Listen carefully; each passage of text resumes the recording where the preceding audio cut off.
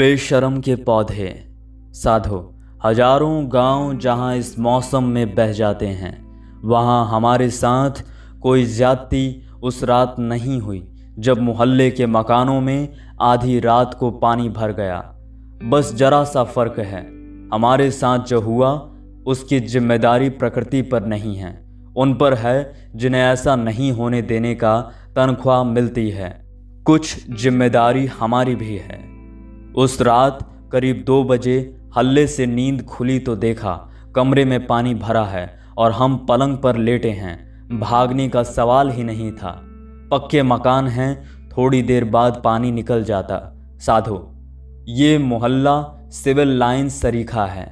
तरह तरह के टैक्स कॉरपोरेशन और सरकार लेती है हमारी हिफाजत के लिए, मगर सारे अधिकारी और कर्मचारी हमारे लिए बैठे हुए सिर्फ प्रार्थना करते हैं, जय जगदीश हरे, भक्त जनों के संकट पल में दूर करे। साधो इसी प्रार्थना का प्रताप है कि सड़कों पर 4वीं शताब्दी से गहरे गड्ढे देख रहा हूँ। ये गड्ढे शायद 22वीं शताब्दी में भरे जाएंगे। लड़कियों के कॉलेज के सामने की सड़क पर गड्ढों का खास इंतजाम किया गया है। उद्देश्य ये है कि लड़कियों की साइकिलें इनमें गिरें और गुंडे उन्हें आसानी से पकड़ सकें। प्रशासन, पुलिस, कॉरपोरेशन, पब्लिक हेल्थ विभाग के सहयोग का नतीजा है कि सड़कें पहाड़ियों जैसी हैं और 2 घंटे की बारिश में पक्के घरों में पानी घुस जाता है। मैं अपने शहर की तारीफ नहीं कर रहा हूँ, हर शहर का ये हाल है, क्योंकि भारत की आत्मा एक है, जनचरित्र एक है, संस्कृति एक है। इसलिए कुछ बात है कि हस्ती मिटती नहीं हमारी, कब से रहा है दुश्मन दौरे जहां हमारा। साधो कुछ नुकसान खास नहीं हुआ। हमें कई साल पहले की वो रात याद है जब रात भर में 17 इंच पानी बरसा था। सुबह नावें चली थीं, तो कल परसों का तो कोई ये हादसा नहीं था।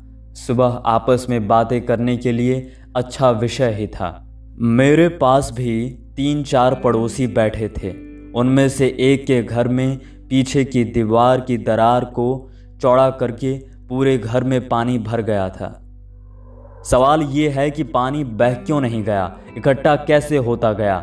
हम 2 नालों के बीच में रहते हैं। एक तरफ बड़ा नाला है जो बरसात में नदी बन जाता है, दूसरी तरफ छोटा नाला है जो रेलवे की हद में नाम मात्र को है।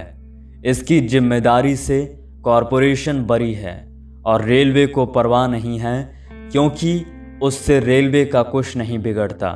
साधो बातचीत दुर्घटना नहीं, उत्सव के मूड में हो रही थी। सामने की सड़क भी योजना से ऐसी संवेदनशील बनाई गई है कि आसपास के पानी के घुस जाने और ऊपर से दबाव पड़ने के कारण सड़क में से फुहारे फूट पड़े थे। 8-10 फीट ऊंचे फुहारे। ऐसे सुखदाई वातावरण में पानी भरने के कारणों का विवेचन हो रहा था। एक सज्जन परेशान थे, बोले हम 2 नालों के बीच हैं। उधर के नाले से रेला आए तो इधर के नाले में बह जाए, इधर के नाले का रेला आए तो उधर के नाले में बह जाए।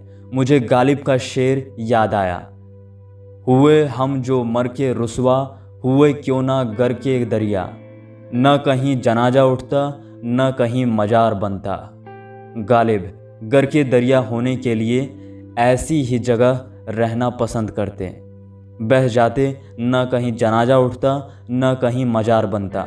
साधो एक पड़ोसी दोनों नालों का मुआयना करके लौटे तो बोले रेलवे तरफ का जो नाला है वो कभी साफ नहीं हुआ, वो मलबे से भरा है, लिहाजा हमारी तरफ का पानी उधर बहकर जाता है तो नाले का तेज पानी उसे अपने साथ वापस बहा लाता है।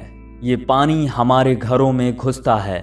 दूसरी तरफ के बड़े नाले का ये हाल है कि आसपास के लोग सारा साल इसमें अपने घरों का कचरा डालते हैं। कॉरपोरेशन ने जगह जगह कचरा डालने के टैंक बना रखे हैं, पर कहाँ कौन कचरा डालने जाए।